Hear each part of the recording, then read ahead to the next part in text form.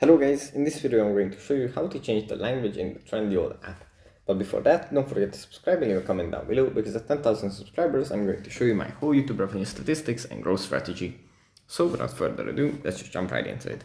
First we have to open up the Trendyol app, and here it opens up in the home menu where we have some products, some recommendations, sales, deals.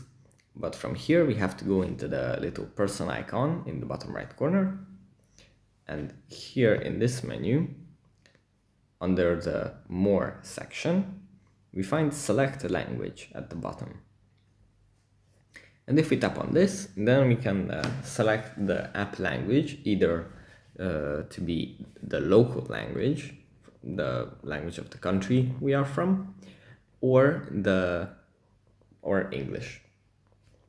So we basically have these two choices. And yeah, we just tap on the one that we want to have, and then the app updates, reloads, and then yeah, that's pretty much it for this video. Hope it was helpful for you guys, and I'll see you in the next one. Bye.